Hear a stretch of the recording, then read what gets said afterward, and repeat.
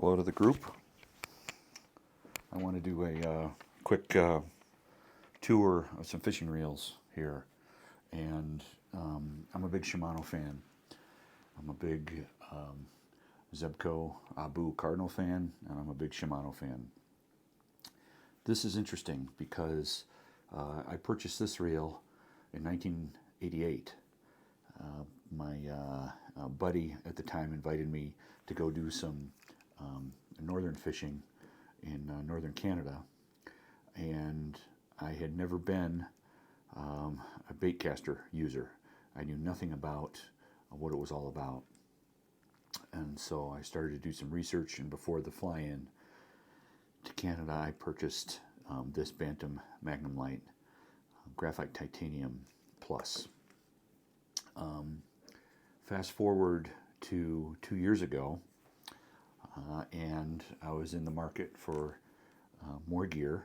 I hadn't been fishing in a long time, and I decided to look at the Metanium 20 series. This is the HG. This is the Japan model. I bought it from Japan off eBay. 7.1 retrieve. And it's interesting to look at how different these two reels are and how similar they are. And I don't know where I'm going with this video other than to show the differences maybe in my small brain ability to process all of this and show you all. The thing I loved about this reel, the Bantam Magnumlite, is the switch. So I could lock it in, and the spool, when you would set the hook, it would just be locked in place and wouldn't move. And then when you were ready to fight the fish and let the drag take over, you flipped it back.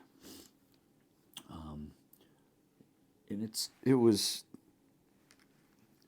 really nice. I liked it a lot, and I used it a lot for northern fishing in Michigan on the west side, and it was great because you were able to lock it in, set the hook, get a good quick hook set, and then flip it back, and then you were good to go. And it had anti-reverse too, right here. And I don't know why that disappeared. And if anybody knows why, please mention it in the comments of why the anti-reverse on the new reels is a thing of the past. Kind of makes no sense to me. So fast forward now 35 years, and you have this, which I love it. I think it's great. Two deficiencies though. The first being, maybe only one deficiency. Yeah, two deficiencies. The first being there's no anti-reverse on this, which was a bit of a mind blower to me when I realized it, because I was like looking around and thinking, what did I miss? Is there a button here I'm not seeing? There's no anti-reverse, and then of course there's no spool lock like this has, which I think is just awesome. And maybe those who use this didn't like it. That's okay, you don't have to use it. But if you do like it, you can use it.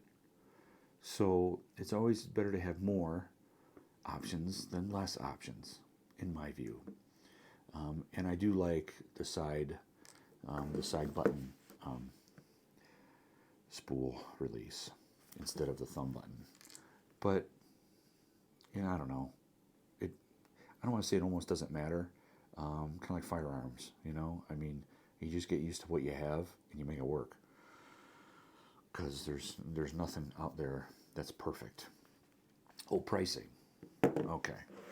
So this reel, back in 1988, and I'm going by my memory now, I bought it through Cabela's, was, I think, $125, which in 1988 was a crazy amount of money, if my memory serves me correctly. Yeah. This reel, I bought it off eBay, like I said, on the Japan market, and I think I paid $300. But for some reason, I think the U.S. version is $4 or $4.25, something like that. So, yeah, and you could see how small this one is. It's got to be 10 or 20% smaller. But you still need some of the same kind of components to make it work.